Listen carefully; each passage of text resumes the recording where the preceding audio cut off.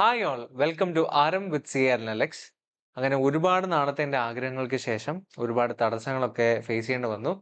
Finally എൻ്റെ ക്ലാസ്സുകൾ record ചെയ്യാനായിട്ട് റെഡിയാണ്. അപ്പം അതിൻ്റെ ഫസ്റ്റ് സ്റ്റെപ്പായിട്ടാണ് ഇന്ന് ഞാൻ ഈ ഡെമോ വീഡിയോ ആയിട്ട് നിങ്ങളുടെ ഫ്രണ്ടിലേക്ക് വന്നേക്കുന്നത്. സോ എൻ്റെ ക്ലാസ്സിൻ്റെ കാര്യത്തിലേക്ക് കടക്കുന്നതിന് മുന്നേ ഒരു ഇൻട്രോ ഈ പറയുന്ന സംഭവത്തെ പറ്റി ഡെഫിനറ്റ്ലി ഒന്ന് തരണമല്ലോ. സോ എൻ്റെ ആരം എന്ന് പറഞ്ഞ ഒരു സംരംഭത്തെ പറ്റിയിട്ട് ആദ്യമായിട്ട് ഒരു കൊച്ചു ഇൻട്രോ നിങ്ങൾക്ക് തരാം. ജീവിതത്തിൽ ഒരുപാട് എക്സ്പീരിയൻസിലൂടെ കടന്നു പോകേണ്ട ഒരു വ്യക്തി ആയതുകൊണ്ട് തന്നെ ജീവിതം എന്നെ പഠിപ്പിച്ചെന്നൊരു പോയിന്റ് എന്ന് പറഞ്ഞു കഴിഞ്ഞാൽ എവിടെങ്കിലും എത്തിപ്പെടണം എന്ന് നമ്മൾ ആഗ്രഹിച്ചു കഴിഞ്ഞാൽ അല്ലെങ്കിൽ എന്തെങ്കിലും അച്ചീവ് ചെയ്യണം എന്ന് നമ്മൾ വിശ്വസിച്ച് കഴിഞ്ഞാൽ അതിൽ ഒബ്വിയസ്ലി ഇഷ്ടം പോലെ പ്രോബ്ലംസും ഇഷ്യൂസും വരും. അപ്പം സ്റ്റക്ക് ആവാനുള്ള സാധ്യത ഭയങ്കര കൂടുതലാണ്. നമ്മൾ ചിന്തിച്ച് കുറെ ടൈം വേസ്റ്റ് ആവും എന്നല്ലാതെ നമ്മളത് അച്ചീവ് ചെയ്യാനുള്ള പോസിബിലിറ്റി വളരെ കുറവാണ്. അപ്പൊ അതിന് ആദ്യമേ വേണ്ട കാര്യം എന്ന് പറഞ്ഞു കഴിഞ്ഞാൽ തുടങ്ങുക. അപ്പൊ ആ ഒരു മൈൻഡ് സെറ്റ് വെച്ചിട്ടാണ് ഈ ആരംഭം, ടു സ്റ്റാർട്ട്, ടു ബിഗിൻ, ആ ഒരു ഐഡിയോളജി വെച്ചിട്ടാണ് ഞാൻ ഇതിന് ആരം എന്ന് പറഞ്ഞ പേര് കൊടുത്തേക്കുന്നത്. സോ നിങ്ങളുടെ ലൈഫിലും നിങ്ങൾക്ക് എന്തെങ്കിലുമൊക്കെ അച്ചീവ് ചെയ്യണം അല്ലെങ്കിൽ എവിടെയെങ്കിലുമൊക്കെ എത്തിപ്പെടണം എന്ന ആഗ്രഹം ഉണ്ടെന്നുണ്ടെങ്കിൽ definitely stick around with me. നമുക്ക് എല്ലാവർക്കും ഒരുമിച്ച് നമ്മുടെ സ്വപ്നങ്ങൾ കീഴടക്കാം. പിന്നെ അത് കൂടാതെ തന്നെ എൻ്റെ ക്ലാസ്സുകളുടെ ബാക്കി കാര്യങ്ങൾ പോകുന്നതിന് മുന്നേ തന്നെ ഒരു big thank you to all the wonderful faculties out there. കാരണം നിങ്ങൾ തന്ന അറിവാണ് ഇന്ന് എന്നെ ഈ നിലയിൽ ഇവിടെ നിങ്ങളുടെ ഫ്രണ്ടിലേക്ക് എത്തിച്ചു തന്നേക്കുന്നത്. സോ നിങ്ങൾ എല്ലാവരും അവരുടെ ക്ലാസ്സുകളും പോയി ഒന്ന് കേട്ടു നോക്കുക. എന്നിട്ട് നിങ്ങൾ ആരുടെ ക്ലാസ്സിലാണോ കംഫർട്ടബിൾ ആകുന്നത് അവരുടെ ക്ലാസ്സുകൾ അറ്റൻഡ് ചെയ്യുക, നോളജ് ഗെയിൻ ചെയ്യുക. ഇനി ബൈ ചാൻസ് നിങ്ങൾക്ക് എൻ്റെ മെത്തേഡ് ഓഫ് ടീച്ചിങ്ങും എൻ്റെ രീതികളും നിങ്ങൾക്ക് ഇഷ്ടപ്പെട്ട് കഴിഞ്ഞാൽ എൻ്റെ കൂടെ പഠിക്കണമെന്ന് നിങ്ങൾ ആഗ്രഹിച്ചു കഴിഞ്ഞാൽ I be more than happy to become your faculty. അതുകൊണ്ട് ഇനിയും ഒട്ടും തന്നെ ടൈം വേസ്റ്റ് ചെയ്യാനായിട്ടില്ല. ലെറ്റ്സ് ആരം and let's start with today's demo class. അപ്പൊ ഇന്ന് നിങ്ങൾക്ക് വേണ്ടി ഞാൻ എടുത്തേക്കുന്ന ടോപ്പിക് എന്ന് പറഞ്ഞു കഴിഞ്ഞാൽ ഡിപ്രിസിയേഷൻ എന്ന് പറഞ്ഞ ടോപ്പിക്കാണ്. അപ്പൊ ഡിപ്രിസിയേഷന്റെ കോൺസെപ്റ്റ്സ് എല്ലാം ഒന്നും കവർ ചെയ്യുന്നില്ല. ഒരു ബേസിക് ഒരു കോൺസെപ്റ്റ് നിങ്ങളോട് ചർച്ച ചെയ്യാം എന്നാണ് എൻ്റെ ആഗ്രഹം. അപ്പൊ നമുക്കൊന്ന് നോക്കാം. റെഡി അല്ലേ? സോ ഫസ്റ്റ് വൺ എന്ന് പറഞ്ഞു കഴിഞ്ഞാൽ ഇമാജിൻ നിന്റെ ഒരു മെഷീൻ ഉണ്ട്, നീ മേടിക്കുകയാണ്. 5 ലക്ഷം രൂപ കാശ് കൊടുത്തിട്ടാണ് നീ മേടിക്കുന്നത്. അപ്പൊ നിന്റെ കയ്യിൽ നിന്ന് കാശ് പോകുന്നതുകൊണ്ട് ഇത് ചെലവാണെന്ന് ചോദിച്ചു കഴിഞ്ഞാൽ ഡെഫിനറ്റ്ലി ഇതൊരു എക്സ്പെൻഡിച്ചർ ആണ്. The question is what kind of expenditure is this? So എക്സ്പെൻഡിച്ചറിനെ രണ്ടായിട്ട് തരംതിരിക്കാം. റവന്യൂ നേച്ചർ ഉണ്ട്, ക്യാപിറ്റൽ നേച്ചർ ഉണ്ട്. റവന്യൂ നേച്ചർ എന്ന് പറഞ്ഞു കഴിഞ്ഞാൽ ആ വർഷത്തിന്റെ റിലേറ്റ് ചെയ്ത് കിടക്കുന്ന എക്സ്പെൻസിനെയാണ് റവന്യൂ നേച്ചർ എന്ന് പറയുന്നത്. സോ അത് കറണ്ട് ഇയർ എക്സ്പെൻസ് ആണ്, അത് പി ആൻഡ് എൽ അത് കാണിക്കേണ്ട ഒരു ഐറ്റം ആണ്. എന്നാൽ ക്യാപിറ്റൽ എന്ന് പറഞ്ഞു കഴിഞ്ഞാൽ മൾട്ടിപ്പിൾ അക്കൗണ്ടിങ് പീരീഡ്സിനുമായിട്ട് റിലേറ്റ് ചെയ്ത് നിൽക്കുന്ന, അതായത് നമുക്ക് ഒരിക്കലും പറയാൻ പറ്റത്തില്ല ഈ പറയുന്ന എക്സ്പെൻസ് ഫുൾ ഈ വർഷത്തിന് വേണ്ടി മാത്രം ഇൻകർ ആയതെന്ന്. അങ്ങനെ വരുന്ന കേസുകളെയാണ് മൾട്ടിപ്പിൾ അക്കൗണ്ടിങ് പീരീഡ്സ് ആയ ക്യാപിറ്റൽ എക്സ്പെൻഡിച്ചർ എന്ന് വിളിക്കുന്നത്. അപ്പൊ അത് നമ്മൾ എവിടെ കാണിക്കുമെന്ന് ചോദിച്ചു കഴിഞ്ഞാൽ തൽക്കാലം ബാലൻസ് ഷീറ്റിലാണ് കാണിക്കുന്നത്, നേരെ പി ആൻഡ് എൽ കാണിക്കില്ല. കാരണം പി ആൻഡ് എൽ എന്ന് പറയുന്നത് ആ വർഷത്തിന്റെ ലാഭം നഷ്ടം കണ്ടുപിടിക്കാൻ വേണ്ടിയിട്ട് യൂസ് ചെയ്യുന്ന ഒരു ലെഡ്ജർ അക്കൗണ്ട് ആണ്. ഒരു എക്സാമ്പിൾ നമുക്ക് എടുക്കാം. സാലറി 5,000 റുപ്പീസ് ക്യാഷ് ആയിട്ട് കൊടുത്തു. നിങ്ങൾ എന്താ ജേർണൽ എൻട്രി എഴുതുന്നത്? By salary account at to cash. എന്നിട്ട് ആ സാലറി ഒരു ചെലവായതുകൊണ്ട് നിങ്ങൾ പി ആൻഡിലേക്ക് ട്രാൻസ്ഫർ ചെയ്യാൻ വേണ്ടി അടുത്ത journal entry by P and account at to salary എന്ന് പറഞ്ഞ് എഴുതും. ഒരു പി ആൻഡ് അക്കൗണ്ട് എടുത്ത് നോക്കി കഴിഞ്ഞ് കഴിഞ്ഞാൽ ടു സാലറി എന്ന് പറഞ്ഞ ഡെബിറ്റ് സൈഡിൽ 5,000 റുപ്പീസിന്റെ കറണ്ട് ഇയർ എക്സ്പെൻസ് വന്നു ഇരിക്കും. ബാക്കി നിങ്ങൾ ഇപ്പൊ നോക്കണ്ട, ഞാൻ പറയുന്നത് മാത്രം നിങ്ങൾ ഫോളോ ചെയ്താൽ മതി. നിങ്ങളൊരു മെഷീൻ മേടിച്ചു കഴിഞ്ഞാൽ അതൊരു ക്യാപിറ്റൽ എക്സ്പെൻഡിച്ചർ ആണെന്ന് ഞാൻ പറഞ്ഞല്ലോ. ഇനി ബൈ ചാൻസ് നമ്മൾ അതിനെ ക്യാപിറ്റൽ അല്ലാതെ ഒരു റവന്യൂ എക്സ്പെൻഡിച്ചർ ആയിട്ട് ട്രീറ്റ് ചെയ്ത് കഴിഞ്ഞാൽ എന്താ സംഭവിക്കുന്നത് നോക്കാം. സോ നിങ്ങൾ ആദ്യമേ എഴുതുന്നു ബൈ മെഷീൻ ടു ക്യാഷ്. കാശ് കൊടുത്ത് നിങ്ങൾ മെഷീൻ മേടിക്കുന്നു 5 ലക്ഷം രൂപ. അതിനെ നിങ്ങൾ പി ആൻഡിലേക്ക് കാണിച്ചു എന്ന് വിചാരിക്കുക. ദെൻ ആ വർഷത്തിന്റെ പി ആൻഡിനകത്ത് മെഷീൻ മേടിച്ച കോസ്റ്റ് ആയ 5 lakh റുപ്പീസ് വരും. അത് question is P and L എന്ന് പറയുന്നത് ആ വർഷത്തിന്റെ ഇൻകവും ആ വർഷത്തിന്റെ എക്സ്പെൻസും എഴുതേണ്ട ഒരു സ്ഥലമാണ്. അവിടെ 5 ലക്ഷം രൂപയുടെ എക്സ്പെൻസ് നിങ്ങൾ എഴുതി കഴിഞ്ഞാൽ അതിന്റെ അർത്ഥം എന്ന് പറഞ്ഞു കഴിഞ്ഞാൽ ആ 5 ലക്ഷം ഫുൾ ആ വർഷത്തിന്റെ എക്സ്പെൻഡിച്ചർ ആണെന്നാണ്, വിച്ച് ഇസ് നോട്ട് കറക്റ്റ്. കാരണം നമുക്കറിയാം ഒരു മെഷീൻ നമ്മൾ മേടിച്ചാൽ നമ്മൾ പല വർഷങ്ങൾ ഉപയോഗിക്കും. അപ്പൊ അത് ഫുൾ 1 ഇയറിന്റെ എക്സ്പെൻസ് ആണെന്ന് പറയുന്നത് ശരിയല്ല. സോ അതുകൊണ്ടാണ് ഞാൻ എഴുതിയിരിക്കുന്നത് that is wrong. It is current year എക്സ്പെൻസിന്റെ ഇത് മാത്രമല്ല അത്. Imagine life of an asset is 5 years.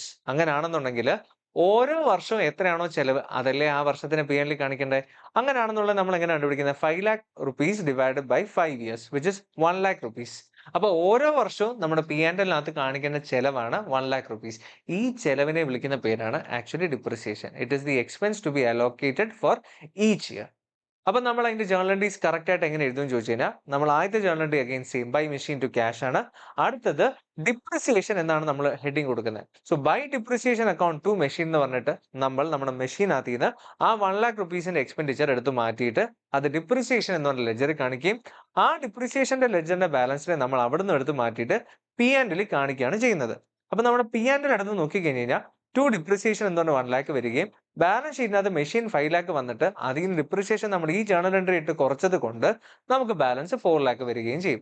ഇതിങ്ങനെ കണ്ടിന്യൂസ് ആയിട്ട് ഓരോ വർഷം ചെയ്തുകൊണ്ടേയിരിക്കും. അപ്പം ഞാൻ എന്റെ പി ആൻഡ് എൽ ഇമ്പാക്ട് നിങ്ങൾക്ക് കാണാൻ വേണ്ടിയിട്ട് ഞാൻ ഇങ്ങനെ ഉണ്ടാക്കിയിട്ടുണ്ട്. നിങ്ങൾ ഫസ്റ്റ് ഇയർ ഡിപ്രിസിയേഷൻ പറയും 1,00,000, സെക്കൻഡ് ഇയർ അഗൈൻ 1,00,000, അങ്ങനെ ഓരോ വർഷം ചെയ്ത് കഴിഞ്ഞാൽ 5 വർഷം കൊണ്ട് ഡിപ്രിസിയേഷൻ എന്ന് പറഞ്ഞ പേരിൽ പി ആൻഡ് എൽ നിങ്ങൾ കാണിക്കുന്നത് 5,00,000 രൂപയാണ്. അപ്പൊ നിങ്ങളൊന്ന് ആലോചിച്ച് നോക്കിക്കേ. ഞാൻ ആദ്യമേ പറഞ്ഞു 5,00,000 രൂപ നിന്റെ കയ്യിൽ നിന്ന് പോയെന്ന് പറഞ്ഞു കഴിഞ്ഞാൽ ചെലവാണോ എന്ന് ചോദിച്ചാൽ ആണ്. ഒറ്റയടിക്ക് പി എൻ കാണിക്കാൻ പറ്റുമോ? ഇല്ല. കുറച്ചായിട്ട് മാത്രമേ പി എൻ കാണിക്കാൻ പറ്റത്തുള്ളൂ. അതിനെയാണ് ഡിപ്രിസിയേഷൻ വിളിക്കുന്നത്. സോ ദേ ഓട്ടോമാറ്റിക്കലി ആ 5,00,000 റുപ്പീസിന്റെ കോസ്റ്റ് വന്നു over the period of 5 years. അതാണ് ഞാൻ ഇവിടെ ഇട്ടേക്കുന്നത്. ടോട്ടൽ കോസ്റ്റ് ആണ്.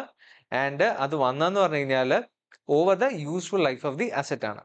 ഇനി അടുത്ത നിങ്ങൾക്ക് മനസ്സിലാക്കേണ്ട ഒരു ടോപ്പിക് എന്ന് പറഞ്ഞു കഴിഞ്ഞാൽ റെസിഡ്യൂവൽ വാല്യൂ ആണ്. Imagine cost is 5,00,000 rupees. Residual value എന്ന് പറഞ്ഞു കഴിഞ്ഞാൽ അവസാന വർഷം ഈ പറയുന്ന അസറ്റ് വിറ്റ് കഴിഞ്ഞാൽ നിനക്ക് 1,00,000 റുപ്പീസ് കിട്ടും. അതാണ് ഈ റെസിഡ്യൂവൽ വാല്യൂ 1,00,000 റുപ്പീസിന്റെ അർത്ഥം. Imagine life is 4 years. Depreciation കണ്ടുപിടിക്കാൻ വേണ്ടി നമ്മൾ സാധാരണ ചെയ്യുന്ന രീതിയിലാണെങ്കിൽ നമ്മുടെ ചെലവ് 5,00,000 റുപ്പീസ് ഡിവൈഡ് ബൈ 4 വർഷം ഉപയോഗിക്കുന്നത്. സോ നമ്മൾ പറയും 1,25,000 ആണെന്ന് പറയും, വിച്ച് ഇസ് ആക്ച്വലി റോങ്. കാരണം ഞാൻ പറയാം, നമുക്കുണ്ടായ ചെലവിനെ വേണം കുറച്ചായിട്ട് പി എൻ കാണിക്കാൻ. അപ്പൊ ചെലവ് കറക്റ്റ് ആയിട്ട് കിട്ടണം. എങ്ങനെ ചെലവ് കണ്ടുപിടിക്കാൻ പറ്റുന്നത്? എടാ, ചെലവ് എന്ന് പറഞ്ഞു കഴിഞ്ഞാൽ നമുക്ക് ആക്ച്വലി ഉണ്ടായ ചെലവായിരിക്കണം. ശരിയാ, ഇന്ന് എന്റെ കയ്യിൽ നിന്ന് 5,00,000 രൂപ പോയി. പക്ഷേ ഭാവിയിൽ വിറ്റ് കഴിഞ്ഞാൽ എത്ര ലക്ഷം രൂപ എനിക്ക് കിട്ടുമെന്നാ പറയണേ? 1,00,000 റുപ്പീസ്.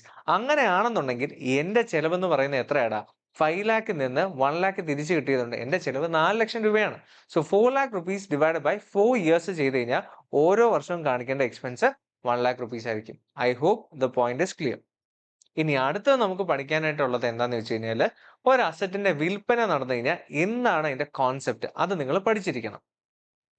അപ്പൊ നമുക്കൊരു എക്സാമ്പിൾ എടുത്ത് നോക്കാം. ആ എക്സാമ്പിൾ വളരെ സിമ്പിളാ. ഇങ്ങനെയാണ് അതിന്റെ എക്സാമ്പിൾ. ഇമാജിൻ നിന്റെ ഒരു അസറ്റ് ഉണ്ട്, അതിന്റെ കോസ്റ്റ് 5,00,000 റുപ്പീസ്, ലൈഫ് 5 ഇയേഴ്സ് ആണ്, നിങ്ങൾ വിൽക്കാൻ പോവുകയാണ്. പക്ഷെ at the end of year 2 ആണ്. രണ്ട് കേസ് സിനാരിയോ എടുക്കാം. ഒന്ന് ലാഭം വരുന്നത് മനസ്സിലാക്കാനും മറ്റൊന്ന് നഷ്ടം വരുന്നത് മനസ്സിലാക്കാനും. സോ ഫസ്റ്റ് സിനാരിയോ 4,00,000 റുപ്പീസ്, അത് വെച്ചിട്ട് നമുക്ക് സ്റ്റാർട്ട് ചെയ്യാം. നമ്മൾ 4,00,000 രൂപയ്ക്കാണ് at the end of year 2 വിൽക്കുന്നത്. ഇയർ 1 ഡിപ്രിസിയേഷൻ ചാർജ് ചെയ്യണം. 5,00,000 ഡിവൈഡ് ബൈ 5 ആണ്. സോ 1,00,000 റുപ്പീസ് ആണ്. അത് നമ്മൾ പി എൻ കാണിക്കും. മെഷീന്റെ ക്യാരിങ് എമൗണ്ട് എന്ന് പറഞ്ഞാൽ എന്താണ്? കോസ്റ്റിൽ നിന്ന് ഡിപ്രിസിയേഷൻ മൈനസ് ചെയ്യുന്ന എമൗണ്ട്. അത് എത്രയായി മാറും? ഫസ്റ്റ് ഇയറിൽ 4,00,000 റുപ്പീസ് ആയിരിക്കും. ഇയർ 2ലും സെയിം ഡിപ്രിസിയേഷൻ 1,00,000 വരും. ക്യാരിങ് എമൗണ്ട് 4,00,000 നിന്ന് ആ 1,00,000 മാറ്റിയത് കൊണ്ട് 3,00,000 റുപ്പീസ് ആയിരിക്കും. നിങ്ങൾ ഇയർ 2ലല്ലേ വിൽക്കാൻ പോകുന്നത്? അപ്പൊ നമുക്ക് ഈ അനാലിസിസ് ഒന്ന് നോക്കാം. അനാലിസിസ് എന്ന് പറഞ്ഞു കഴിഞ്ഞാൽ, ഇമാജിൻ നിന്റെ കയ്യിലുള്ള ടോട്ടൽ കോസ്റ്റ് 5,00,000. നിങ്ങൾ ഇത്രയും കാലം കൊണ്ട്, അതായത് 2 വർഷം കൊണ്ട് പി ആൻഡ് എൽ കാണിച്ച ചെലവെന്ന് പറയുന്നത് 2,00,000 രൂപ. സാറേ അതെങ്ങനെ? എടാ, ഡിപ്രിസിയേഷൻ 2 വർഷം ചാർജ് ചെയ്തില്ലേ? ഓരോ വർഷം 1,00,000 അല്ലേ? അപ്പം ടോട്ടൽ ചെലവായ 5ൽ നിന്ന് 2 നിങ്ങൾ ഓൾറെഡി കാണിച്ചു കഴിഞ്ഞു. കേസ് 1, നിങ്ങൾ വിൽക്കുന്നത് 4,00,000 രൂപയ്ക്ക്, അതിന്റെ കോസ്റ്റ് 5,00,000 റുപ്പീസ്. അപ്പൊ നിങ്ങൾ പറയുന്നു, സാറേ 5,00,000 രൂപയുടെ ചെലവ് വന്ന സാധനത്തിന് വിറ്റപ്പോൾ 4 കിട്ടിയിട്ടുള്ളൂ. അപ്പൊ നിന്റെ ലോസ് 1,00,000 ആണ്. ഈ ലോസ് നിന്റെ പി ആൻഡ് എല്ലാത്ത് കാണിക്കണം. അവിടെയാണ് ഒരു ചെറിയ ഇഷ്യൂ വരുന്നത്. ശ്രദ്ധിച്ചു നോക്കിക്കോ. എടാ, നിന്റെ 5,00,000 രൂപയുടെ ചെലവ് വന്നു. Yes or no? ഓക്കെ. അതിൽ നീ റിക്കവർ ചെയ്തത് 4,00,000 രൂപയല്ലേ? അപ്പൊ ശരിക്കും പറഞ്ഞാൽ 5,00,000 രൂപയുടെ ചെലവ് വന്നെങ്കിലും 4 തിരിച്ചു കിട്ടിയതുകൊണ്ട് നിനക്ക് വന്ന ആക്ച്വൽ ചെലവ്, നെറ്റ് ചെലവ് എന്ന് പറയുന്നത് 1,00,000 റുപ്പീസ് അല്ലേ? അപ്പൊ ചുരുക്കം പറഞ്ഞു കഴിഞ്ഞാൽ ഓവർ ദ പീരീഡും കൊണ്ട് നിന്റെ പി ആൻഡ് എല്ലിനകത്ത് നിനക്ക് മെഷീൻ എന്ന് പറഞ്ഞ പേര് കാരണം വരേണ്ട ചെലവ് എന്ന് പറയുന്നത് 1,00,000 റുപ്പീസ് മാത്രമേ ആവാൻ പാടുള്ളൂ ഫൈനലി. അപ്പൊ അത് വരുന്നുണ്ടോ നമുക്ക് നോക്കാം. അപ്പൊ നമ്മൾ നോക്കിക്കഴിഞ്ഞ് കഴിഞ്ഞാല് പി ആൻഡ് എല്ലിനകത്ത് 2 വർഷം കൊണ്ട് 1,00,000 വന്നു. അപ്പൊ 2,00,000 രൂപയുടെ ചെലവ് ഓൾറെഡി വന്നു കഴിഞ്ഞു.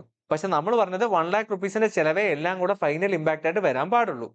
നമ്മൾ അറിയാതെ ഈ 1,00,000 റുപ്പീസിന്റെ ലോസും കൂടെ പി ആൻഡ് എല്ലിൽ കാണിച്ച 1,00,000 വന്നു, ഈ ലോസും 1,00,000 കൂടെ വന്നു കഴിഞ്ഞാൽ എല്ലാം കൂടെ നീ പറയുന്ന നിന്റെ ചെലവെന്ന് പറയുന്നത് 3,00,000 രൂപയാണ്, വിച്ച് ഇസ് നോട്ട് കറക്റ്റ്. അപ്പൊ സാറേ നമ്മൾ എന്താ ചെയ്യേണ്ടത്? ഇവിടെയാണ് നിങ്ങൾ മനസ്സിലാക്കേണ്ടത്. നമ്മൾ കമ്പയർ ചെയ്യേണ്ടത് സെയിലും കോസ്റ്റും തമ്മിലല്ല, മറിച്ച് നമ്മൾ കമ്പയർ ചെയ്യേണ്ടത് സെയിലും ക്യാരിങ് എമൗണ്ടുമാണ്. അതിന്റെ കോൺസെപ്റ്റ് ആണ് ഞാൻ ഇവിടെ പറഞ്ഞു തരുന്നത്. ശ്രദ്ധിച്ച് ഒബ്സർവ് ചെയ്യുക. ക്യാരിങ് എമൗണ്ട് ഇന്ന് 3,00,000 റുപ്പീസ് ആണ്. ഇവിടെ നിങ്ങൾ നോക്കുക, ഇന്ന് നിന്റെ 3,00,000 രൂപയുടെ വിലയുള്ള അസറ്റ് ഉണ്ട്. നിങ്ങൾ 4 ലക്ഷം രൂപയ്ക്കാണ് വിൽക്കുന്നത്. സോ നാച്ചുറലി ഒരു ഗെയിൻ ആണ് നിങ്ങൾക്ക് ഉണ്ടാകുന്നത്. ആ ഗെയിനെ നിങ്ങൾ P&L കാണിച്ചാൽ P&L നെറ്റ് ഇമ്പാക്ട് ഒബ്സർവ് ചെയ്ത് കഴിഞ്ഞാൽ നിങ്ങൾക്ക് മനസ്സിലാവും. P&L ഒരു ഗെയിൻ വരും 1 lakh rupees. Already 1 lakh 2 lakh റുപ്പീസിന്റെ ചെലവും കാണിച്ചിട്ടുണ്ട്. അപ്പൊ നെറ്റ് ഇമ്പാക്ട് എന്ന് പറഞ്ഞു കഴിഞ്ഞാൽ 1 lakh റുപ്പീസിന്റെ കോസ്റ്റേ വന്നിട്ടുള്ളൂ. ഇതാണ് ശരിക്കും വരേണ്ടതെന്ന് നമ്മൾ പറഞ്ഞു. അപ്പൊ മറ്റേ രീതി ചെയ്ത് കഴിഞ്ഞാൽ ഓബ്വിയസ്ലി നിങ്ങൾക്ക് 3 lakh റുപ്പീസിന്റെ നെറ്റ് ഇമ്പാക്ട് ആണ് കോസ്റ്റ് ആയിട്ട് വരുന്നത്, വിച്ച് ഇസ് നോട്ട് കറക്റ്റ് എന്നുള്ളത് നമ്മൾ ഓൾറെഡി മനസ്സിലാക്കി കഴിഞ്ഞു അല്ലേ. ഇനി നമുക്ക് കേസ് 2 അവിടെ എന്താ സംഭവിക്കുന്നത് നോക്കാം. റെഡി അല്ലേ? സെയിം കഥ. അപ്പൊ ഒന്ന് ഒബ്സർവ് ചെയ്യുക. സെയിൽ 2 ലക്ഷം രൂപയാണെന്ന് വിചാരിക്കുക. കോസ്റ്റ് 5 ലക്ഷം രൂപയല്ലേ? അപ്പൊ 5 ലക്ഷം രൂപ വില വരുന്ന സാധനം വിറ്റപ്പോ 2 കിട്ടിയിട്ടുണ്ടെങ്കിൽ നിങ്ങൾ പറയുന്നത് ലോസ് 3 lakh ആണ്. ആ ലോസ് P&L കാണിക്കണ്ടേ? ഒന്നുകൂടെ നമുക്ക് അനലൈസ് ചെയ്യാം. ശരിക്കും നമ്മുടെ കോസ്റ്റ് 5 ലക്ഷം, റിക്കവർ ചെയ്തത് 2 ലക്ഷം.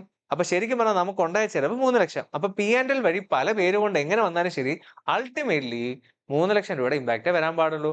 പക്ഷെ നിങ്ങൾ അറിയാതെ P&L 1 lakh rupees 1 lakh rupees depreciation 2 ലക്ഷം രൂപയുടെ ഇമ്പാക്ട് കാണിച്ചു കഴിഞ്ഞു. ഈ ലോസ് 3 lakh കൂടെ കാണിച്ച ടോട്ടൽ ഇമ്പാക്ട് 5 ലക്ഷം രൂപയുടെ കോസ്റ്റ് ആണ് P&L വരുന്നത്. അത് ശരിയല്ല. കാരണം എന്താ? നിങ്ങൾ 5 ലക്ഷം രൂപയുടെ കോസ്റ്റ് വരുന്ന അസറ്റിനെ വിറ്റപ്പോൾ 2 ലക്ഷം രൂപ റിക്കവർ ചെയ്തിട്ടുണ്ടെങ്കിൽ ശരിക്കും വന്ന ചെലവ് 3. അപ്പൊ ഈ P&L ഇമ്പാക്ട് 3 വരാൻ പാടുള്ളൂ. അങ്ങനെയാണെങ്കിൽ സാർ എന്ത് ചെയ്യണം? ഞാൻ പറഞ്ഞ പോലെ തന്നെ നിങ്ങൾ കമ്പയർ ചെയ്യേണ്ടത് സെയിലും കോസ്റ്റും അല്ല, സെയിലും ക്യാരിങ് എമൗണ്ടും ആണ്. 3 ലക്ഷം രൂപ വില വരുന്ന അസറ്റിനെ നിങ്ങൾ ഇന്ന് വിറ്റപ്പോൾ 2 ലക്ഷം രൂപ കിട്ടിയതുകൊണ്ട് നിങ്ങൾക്ക് ആ കൂടെ വന്നല്ല നഷ്ടം 1 lakh റുപ്പീസ്. അതിനെ നിങ്ങൾ P&L എടുത്തു കഴിഞ്ഞാൽ ഓൾറെഡി 1 lakh 1 lakh അങ്ങനെ 2 വർഷത്തെ ഡിപ്രിസിയേഷൻ ഇമ്പാക്ട് ആയി 2 lakh വന്നിട്ടുണ്ട്. ഈ ലോസ് 1 lakh കൂടെ വന്നിട്ടുണ്ട്. അങ്ങനെ ടോട്ടൽ ഇമ്പാക്ട് എല്ലാം കൂടെ 3 lakh ആണ് വന്നേക്കുന്നത്. അപ്പൊ ഇങ്ങനെ ചെയ്യുന്നതാണ് ഏറ്റവും ഉചിതമായിട്ടുള്ളത്. അല്ലാന്നുണ്ടെങ്കിൽ നിങ്ങളുടെ ഉത്തരം തെറ്റിപ്പോകും. അപ്പം ഒരു ജേർണൽ എൻട്രി എഴുതാൻ എല്ലാവരെയും കൊണ്ട് പറ്റും. അതിലല്ല നമുക്ക് ഇവിടുത്തെ മെയിൻ പോയിന്റ്. നമുക്ക് കാര്യങ്ങളോടെ മനസ്സിലാക്കണം. ബിക്കോസ് അറിവുള്ള ഒരു CA CMA ആയിട്ട് വേണം നമുക്ക് പുറത്തോട്ട് വരാനായിട്ട്. സോ ഐ ഹോപ്പ് ഈ ഡെമോ ക്ലാസ് നിങ്ങൾക്ക് ഇഷ്ടപ്പെട്ടു എന്ന് ഞാൻ വിചാരിക്കുന്നു. അപ്പം ഇങ്ങനെ ആയിരിക്കും ഞാൻ ക്ലാസ് എടുക്കുന്നത്. കാരണം ഞാൻ പഠിപ്പിക്കുമ്പോൾ ഞാൻ എൻജോയ് ചെയ്തിട്ട് വേണം പഠിപ്പിക്കാനായിട്ട്. കാരണം ഞാൻ ആസ് എ സ്റ്റുഡന്റ് ആ ക്ലാസ് കേൾക്കുവാണെങ്കിൽ എനിക്കും ഇൻഫോർമേറ്റീവ് ആയിരിക്കണം, ഞാൻ എക്സൈറ്റഡ് ആയിരിക്കണം, പഠിക്കാനായിട്ടുള്ള ഇൻട്രസ്റ്റും എനിക്ക് വേണം. സോ ആ രീതിയിലായിരിക്കും എൻ്റെ ക്ലാസ്സും കാര്യങ്ങളും. നിങ്ങൾക്ക് ഇഷ്ടപ്പെട്ടു കഴിഞ്ഞാൽ പ്ലീസ് സ്റ്റേ ട്യൂൺഡ്. ഇനിയും ഒരുപാട് ക്ലാസ്സുകൾ വരാനായിട്ടുണ്ട്. ബാക്കി ഡീറ്റെയിൽസ് എല്ലാം ഈ വീഡിയോയ്ക്ക് ശേഷം പിന്നീട് ബാക്കി വീഡിയോസ് ആയിട്ട് ഞാൻ ചെയ്യുന്നതായിരിക്കാം. I hope you enjoyed the class. So stay tuned with me and watch out for RM with CA Analytics.